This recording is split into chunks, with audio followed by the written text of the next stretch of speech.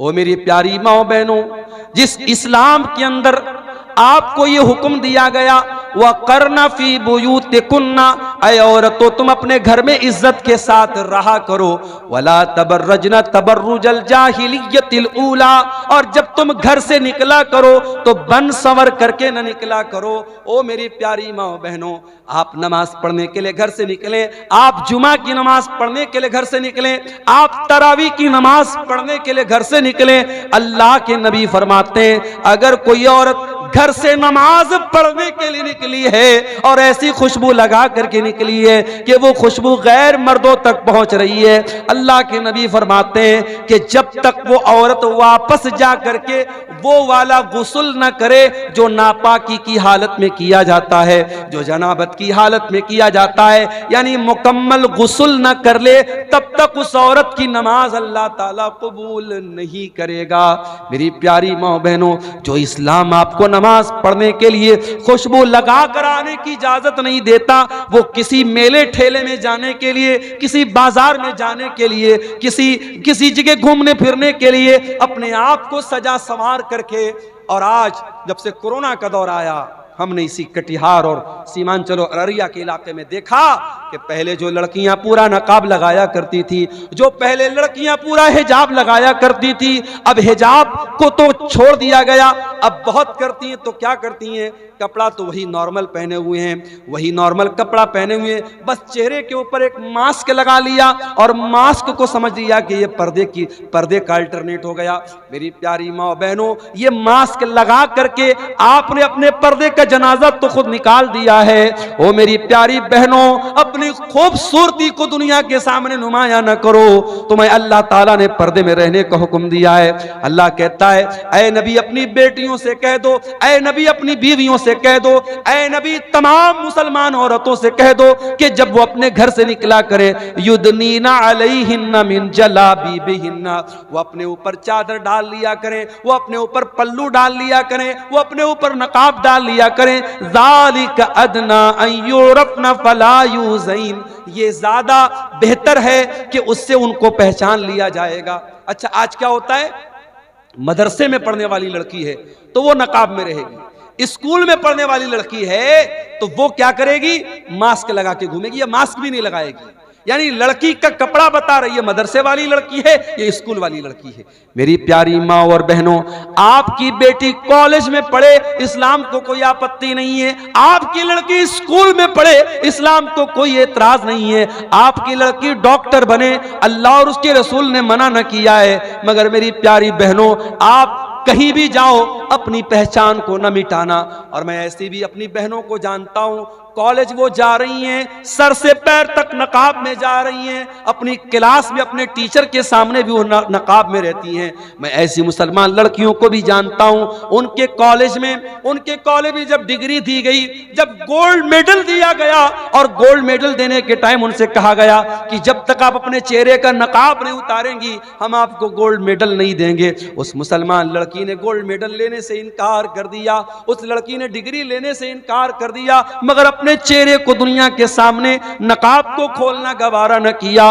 ओ मेरी प्यारी बहनों, ऐसी दीनदार बहनों की आज जरूरत है। एक बात बोलूं, सोशल मीडिया पर नकाब का बहुत मजाक उड़ाया जाता है, कभी जाके देखिएगा, नकाब के बारे में बड़े गंदे गंदे कमेंट्स होते हैं सोशल मीडिया पर। जो इस्लाम के दुश्मन हैं वो नकाब का बहुत मजाक उड़ाते हैं।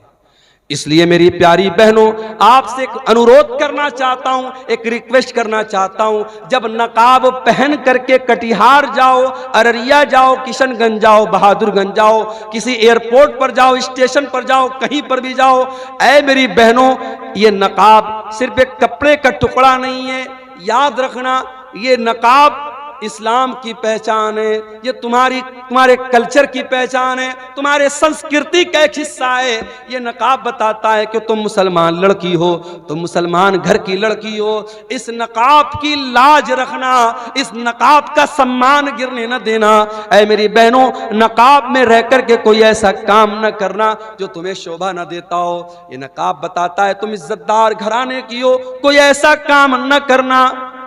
देखिए, जब हम ब्लैक कपड़ा पहनते हैं, ब्लैक कपड़े पर कहीं कोई दाग लग गया मालूम नहीं होता है, लेकिन जब व्हाइट कपड़ा पहनते हैं, व्हाइट पर हल्का सा धब्बा भी लगेगा, दूर से नजर आएगा अब्दुल गफ्फार साहब आपके कुर्ते पर दाग लगा हुआ है। एक हल्का सा धब्बा भी व्हाइट कपड़े पर पहचान लिया जाता है। जो औरत नकाब नहीं पहनती है, जो पर्दा नहीं करती है, वो क्या पहन रही है, कहां जा रही है, दुनिया नोटिस नहीं करेगी। मगर जब नकाब वाली औरत घर से निकलेगी, वो क्या कर रही है, किससे मिल रही है, कहां जा रही है। मेरे प्यारे साथियों, आज बड़े बड़े शहरों में, दिल्ली और मुंबई में बाकायदा ऐसे पार्क हैं, ऐसी जगह हैं जहां लड़के लड़कियां आपस में मिलकर के गुलछर्रे उड़ाते हैं। और मुझे बताने वालों ने बताया कि उन जगहों पर कितनी बुर्का वाली लड़कियां हैं जो अपने बॉयफ्रेंड से जाकर के मिलती हैं, अपने आशिकों से जाकर के मिलती हैं, और नकाब में है, पर्दे में है, और उनका जो आशिक है उसके हाथ का कलावा बता रहा है, उसके हाथ की अंगूठी बता रही है वो लड़का मुसलमान नहीं है, वो लड़का गैर मुस्लिम है, वो लड़का मुशरिक है, वो लड़का काफिर है। और ये मुसलमान बुर्का पहन करके उस गैर मुस्लिम लड़के के साथ जाकर के जिना कर रही है, उसके साथ बदकारी कर रही है।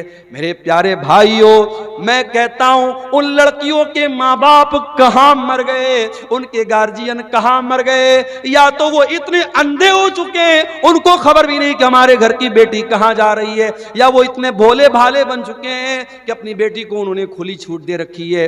मेरे प्यारे साथियों, आपकी भी जिम्मेदारी है, अगर आप बेटी के बाप हैं, आप बेटी के गार्जियन हैं, ये बहुत बड़ी जिम्मेदारी आपके कंधे पर है। अल्लाह कयामत के दिन पूछेगा, इस कदर बुराई का दौर था, लड़के लड़कियां इतना जिना कर रहे थे और तेरे घर में जवान बेटियां थी, तूने अपने बेटियों की देख रेख क्यों न की, तूने अपनी बेटियों की सही तरबियत क्यों न की।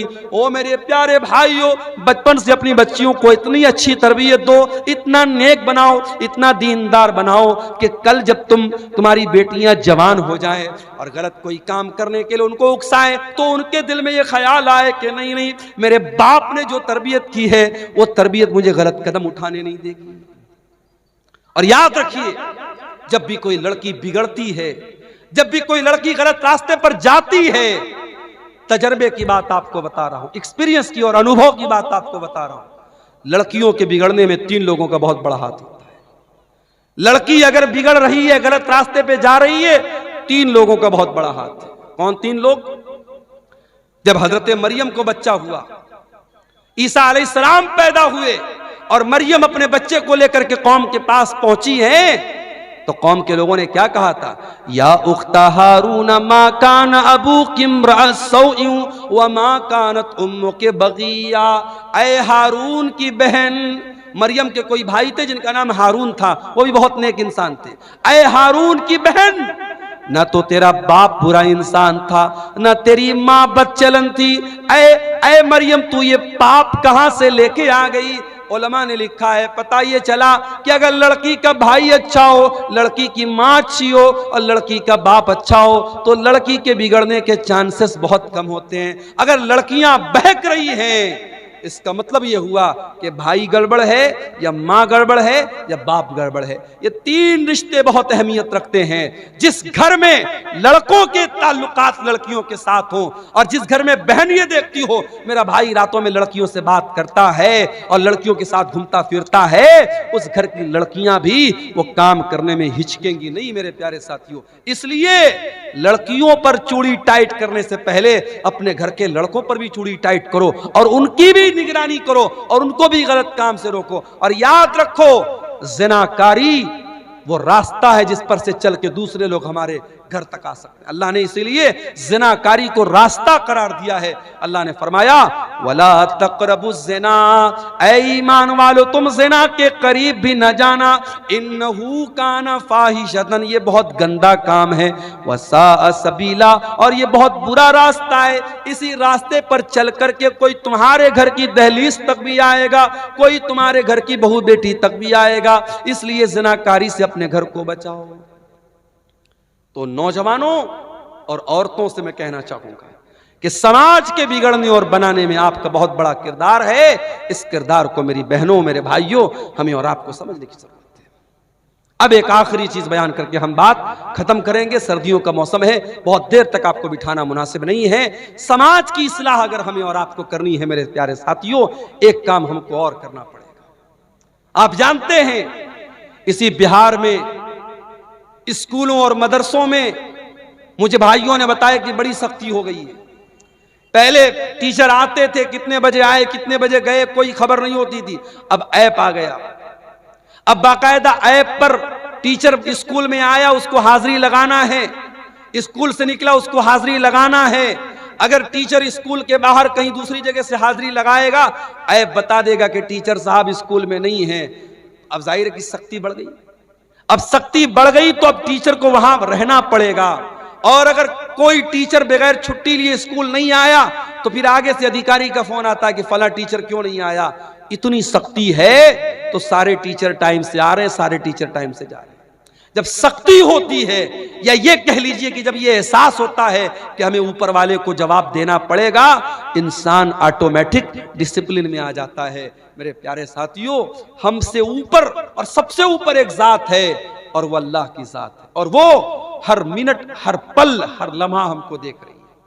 दुनिया वाले हमारी रिकॉर्डिंग करें या न करें, अल्लाह तबारक व तआला हमारे एक एक अमल को रिकॉर्ड कर रहा है।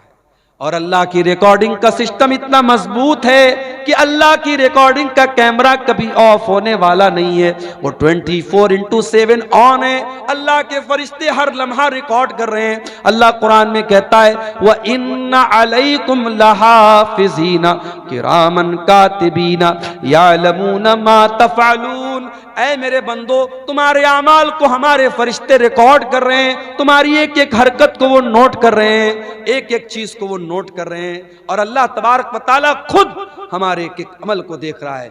इन्न रब्बका लबिल मिरसाद, अल्लाह निगरानी कर रहा है। अल्लाह तबारक व तआला तुम्हारे एक एक हरकत पर अल्लाह की नजर है। और जब तुम रास्ता चलते हो, जब तुम रास्ते में जाते हो, तुम्हारी आंखें कहां जा रही हैं, तुम क्या देख रहे हो, क्या बोल रहे हो, अल्लाह ताला तुम्हारी आंखों के इशारे को भी जानता है। यालमु खाइनतल आयुनि व मा तुख्फिस सुदूर, अल्लाह ताला तुम्हारी आंखों की चोरी को भी जानता है, और तुम्हारे दिल में क्या छुपा अल्लाह वो भी जानता है। इसलिए मेरे प्यारे साथियों, अगर अल्लाह के सामने खड़े होने का डर नहीं पैदा होगा, अल्लाह के सामने जवाब देने का डर पैदा नहीं होगा, ये करप्शन नहीं रुक सकता, ये भ्रष्टाचार नहीं रुक सकता, ये बुराई नहीं रुक सकती।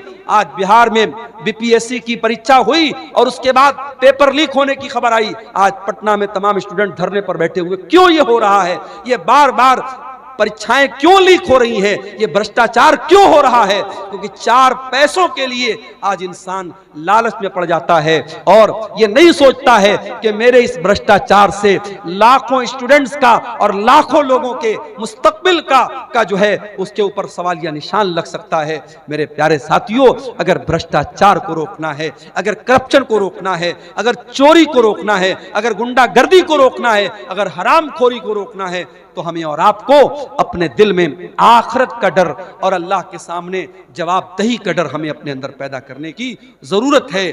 मेरे प्यारे साथियों, ये प्रोग्राम इस इलाके के मदरसे का प्रोग्राम हो रहा है। मैं आपसे यह भी अपील करूंगा कि इस तरीके के प्रोग्राम जब होते हैं और आपसे बार बार ये अपील की जाती है कि आप इस इदारे को चंदा दें, दान दें, ताउन करें, तो आप ये मत समझिए कि हमारी जेब ढीली करने के लिए कहा जा रहा है, बल्कि ये भी आपको एक तरीके से मौका दिया जा रहा है कि आओ अपने नाम-ए-आमाल में कुछ नेकियों को बढ़ा लो, अपनी आखिरत की कुछ तैयारी कर लो, अपने आप को जहन्नम की आग से बचा लो।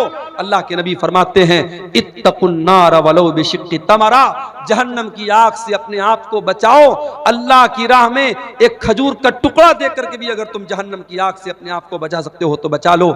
मेरे प्यारे साथियों, इस तरीके के प्रोग्राम जहां इदारों के ताउन के लिए आपको बुलाया जाए, आप इसको एक फॉर्मेलिटी का हिस्सा ना समझें, एक औपचारिकता ना समझें, बल्कि आप ये समझें कि हमारी आखिरत को बनाने के लिए ये प्रोग्राम किया जा रहा है। और मेरे प्यारे साथियों, आखिर में मैं यही कहूंगा कि हम सब जब तक अपने अंदर आखिरत का डर पैदा नहीं करेंगे, अल्लाह के सामने जवाबदेही का एहसास हम पैदा नहीं करेंगे, हालात नहीं बदल सकते हैं, समाज नहीं सुधर सकता है। अल्लाह ताला हम सबको इसकी तौफीक अता फरमाए।